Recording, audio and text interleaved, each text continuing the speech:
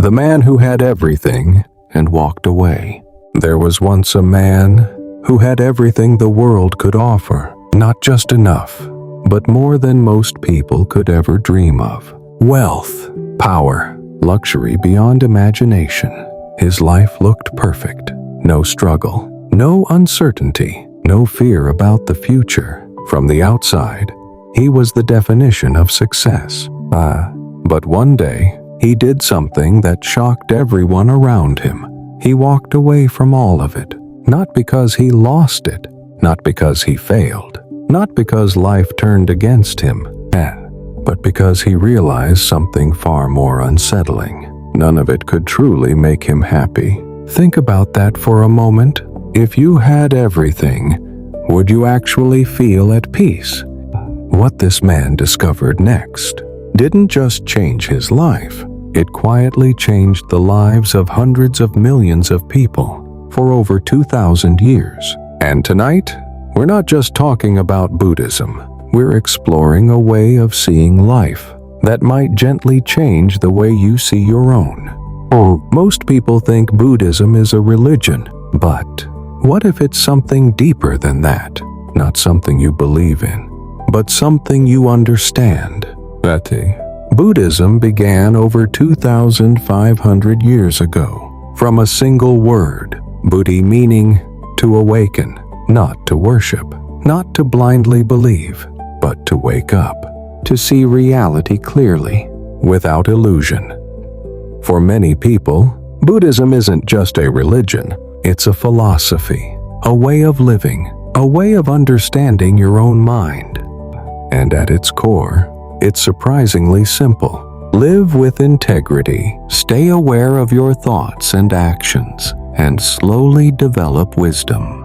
Not through force, not through control, but through understanding.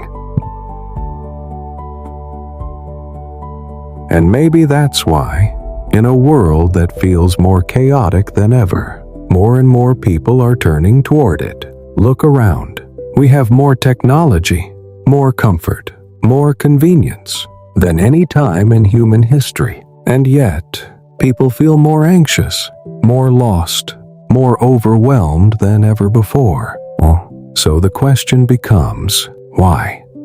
Buddhism doesn't give loud answers. It doesn't promise instant happiness. It doesn't sell you a fantasy. Instead, it quietly points to something most people spend their lives avoiding: why suffering exists in the first place, and more importantly, how to actually deal with it. Even modern psychology today is beginning to explore ideas that Buddhism has taught for thousands of years. Awareness of thoughts, observing emotions, letting go instead of controlling, not as belief, but as something you can test for yourself. And long before Buddhism spread across the world, there was a man, a prince. His name was Siddhartha Gautama. He was born into royalty in a place called Lumbini, in what is now Nepal. From the moment he was born, his life was designed to be perfect. He had everything: luxury, comfort, protection from suffering. And his father made sure of one thing: he would never see pain, no sickness, no aging, no death, just beauty and pleasure. But reality always finds a way in. One day, something unexpected happened. Siddhartha stepped outside the palace. Just a simple moment, nothing extraordinary, but what he saw changed his life forever. For the first time, he saw an old man. His body was weak, his back bent, his steps slow and fragile. Every movement looked like a struggle. Siddhartha was confused. He had never seen anything like it. What happened to him, he asked. And for the first time, he heard the truth. This happens to everyone. If they live long enough, everyone, no exceptions. Then, he saw something else. A sick person, lying there, in pain, breathing heavily, suffering in a way that couldn't be hidden. Again he asked, "Why is he like this?" And again the answer came. This too is part of life. Then the third sight, a body, still, silent, lifeless, no breath, no movement, no future. Death. Siddhartha stood there, trying to understand. Everything he had known, everything he had been protected from, was suddenly breaking apart. Will this happen to me too? The answer was unavoidable. Yes. We all age, we all get sick, we all die, no matter how powerful, no matter how rich, no matter how carefully we try to avoid it. And then he saw something completely different. A wandering monk, no wealth, no possessions, no protection, and yet calm, peaceful, at ease. There was something about him, something quiet, something steady, that stood in complete contrast to everything Siddhartha had just seen. In that moment, a question began to grow inside him, not a small question, but one that would not let him go. Is there a way to live without being destroyed by suffering? Because suddenly, his perfect life didn't feel perfect anymore. It felt fragile, temporary, uncertain. Everything he once trusted now felt incomplete. And this is the moment most people try to avoid. We distract ourselves. We stay busy. We chase comfort. We scroll. We consume anything to not think about it. But Siddhartha didn't look away. He looked deeper. At the age of 29, he made a decision that shocked everyone around him. He walked away from his palace, from his wealth, from his future as a king, even from his own family. Not because he didn't love them, but because the question inside him had become stronger than everything else. Is there a way out of suffering? And once you truly ask that question, there's no going back. After 6 years of searching, of pushing his body to the edge, of chasing every possible path, Siddhartha finally did something unexpected. He stopped. No more extreme practices, no more forcing himself, no more trying to reach anything. That night, he sat beneath a tree, a simple tree, nothing special on the outside. But what happened there would echo through thousands of years. He made a quiet decision. I will not get up until I understand. And not to fight, not to struggle, not to become anything, just to see, clearly, deeply, honestly. The night grew darker. Hours passed. Silence surrounded him. And then, his mind began to move. Thoughts, memories, fears, desires, everything began to surface. Every distraction, every doubt, every hidden fear. If you've ever tried to sit in silence, you know this feeling. The mind doesn't go quiet, it gets louder. But this time, Siddhartha didn't run. He didn't resist. He didn't try to control anything. He simply observed. And slowly, something began to change. Not outside, inside. For the first time, he saw clearly why suffering exists. Not as an idea, not as a theory, but directly. He saw where it comes from, how it begins, how it grows, how it traps us. And then, he saw something even more important. It can end. Not through force, not through control, but through understanding. As the night came to an end, something shifted completely. The confusion was gone. The struggle was gone. The searching was over. In its place, there was clarity, peace, stillness. Not the kind of peace that depends on circumstances, but something deeper, unshakable. At that moment, Siddhartha Gautama became the Buddha, the awakened one. He was 35 years old. But here's what's important.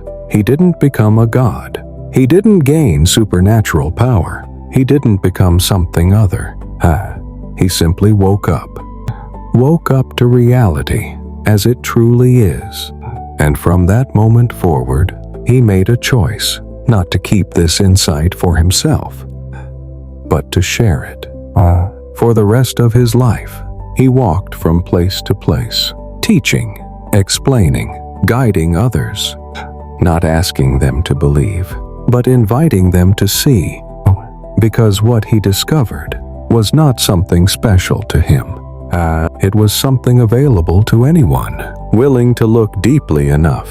Here's something that surprises a lot of people. The Buddha was not a god. He never claimed to be divine. He never said he was chosen. He never asked anyone to worship him. In fact, he described himself in the simplest way possible, a human who woke up. Think about that for a moment. Not a god, not a savior, just a person who saw clearly. And that changes everything. Because if he were a god, his story would feel distant, untouchable, impossible to follow. But if he was human, then what he discovered might be possible for you too. That's why his teaching was different. He didn't say, "Believe in me," he said. "Try it for yourself. Test it. Observe it. Experience it." He encouraged people to question him, to doubt him, to explore everything through their own experience. Because truth should not depend on belief. It should depend on seeing. And that's what makes Buddhism so unique. And it's not built on blind faith. It's built on direct understanding. You've probably seen statues of the Buddha before. Calm, peaceful, eyes gently closed, a soft, quiet smile. And maybe you've wondered, do Buddhists worship these statues? The answer is not what most people expect. No, not in the way you think. Those statues are not gods.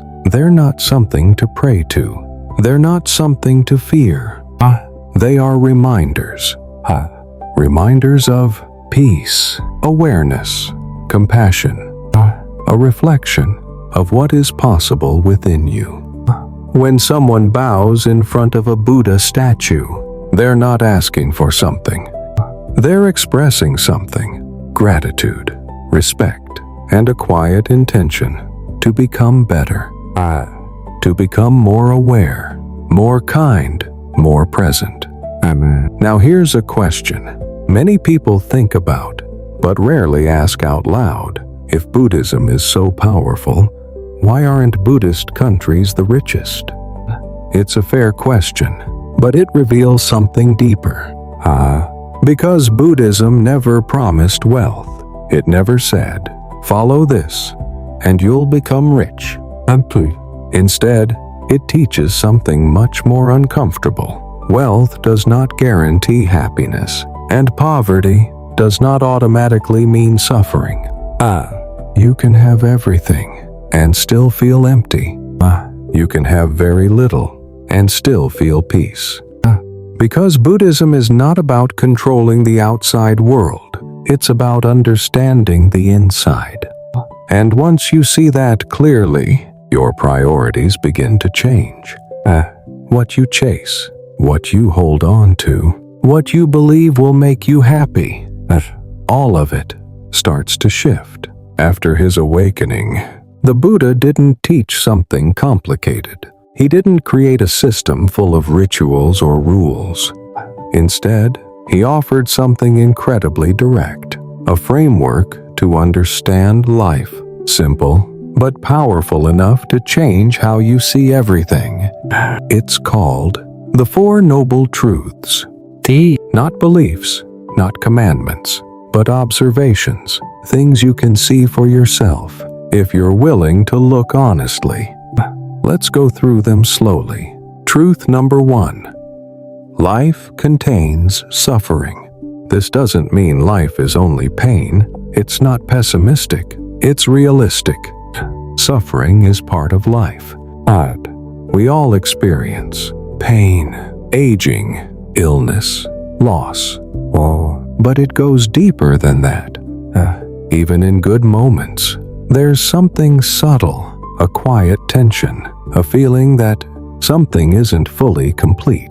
And you get what you want, but the feeling doesn't last. You achieve something, but soon you're chasing the next thing.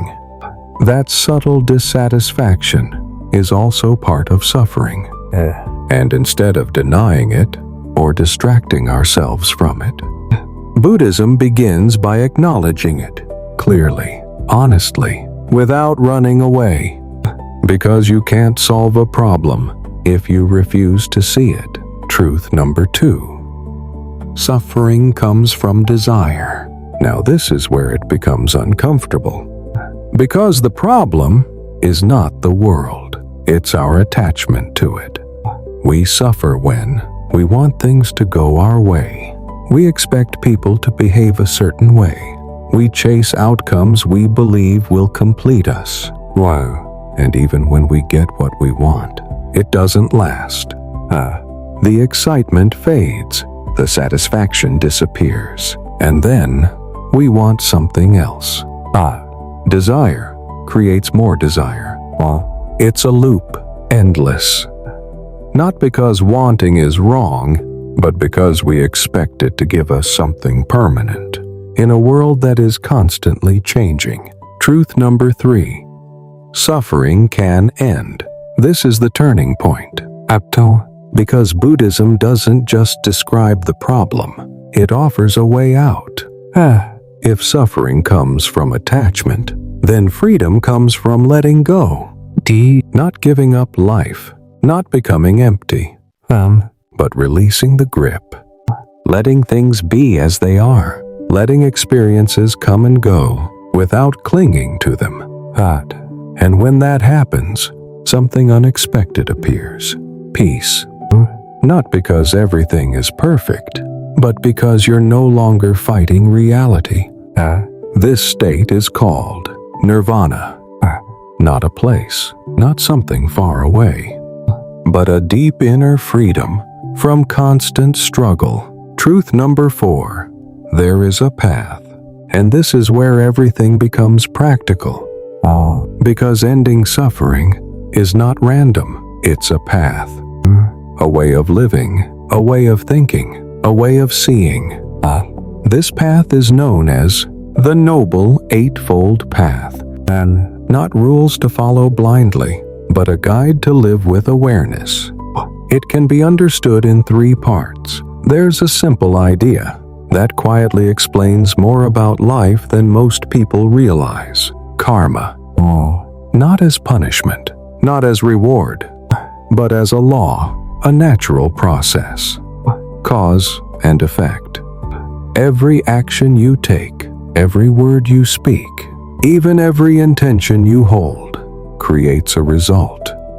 Sometimes you see it immediately. Other times it shows up much later. But nothing is random. And this is where many people misunderstand karma. They think good things happen to good people, bad things happen to bad people. But reality is more complex than that, more subtle, more interconnected.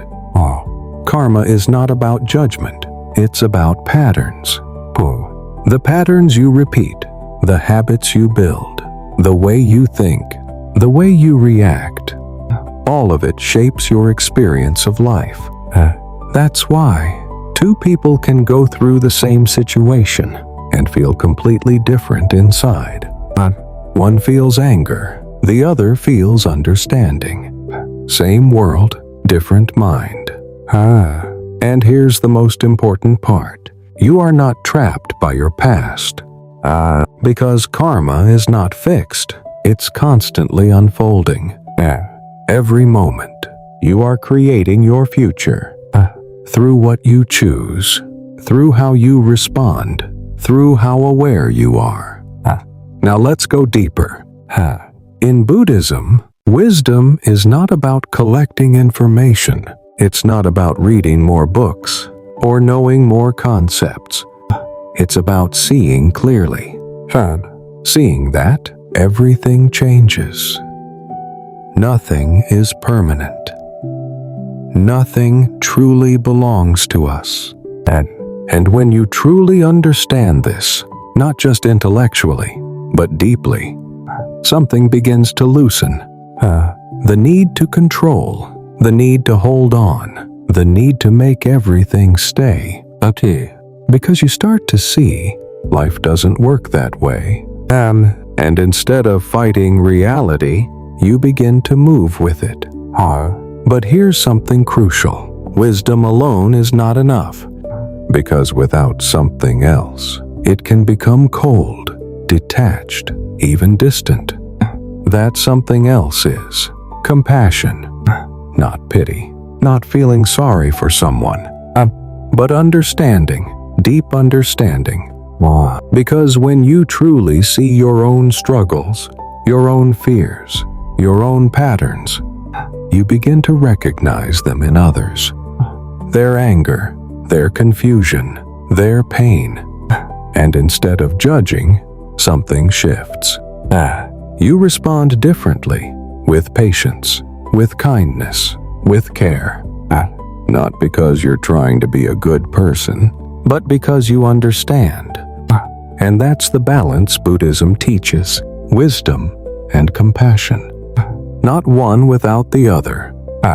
Because real understanding naturally leads to kindness. And when both are present, something powerful happens. You suffer less, and you cause less suffering for others. After everything, all the philosophy, all the insight, all the depth, Buddhism comes back to something surprisingly simple. Not complicated systems, not strict commandments. Just a few gentle guidelines for how to live with clarity. They're often known as the 5 precepts. Not rules to punish you, not laws to control you, but tools to help you suffer less. 1. Do not harm living beings, not just physically, but in the way you speak, the way you act, the way you treat others. Because harm doesn't end with others. It always comes back to your own mind. 2. Do not take what is not given. Not just stealing objects, but taking advantage, manipulating, crossing boundaries. Because trust once broken creates more suffering than we expect. 3.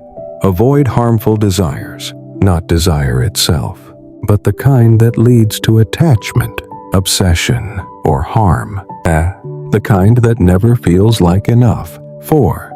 Speak truthfully, not just avoiding lies, but speaking with awareness, with intention.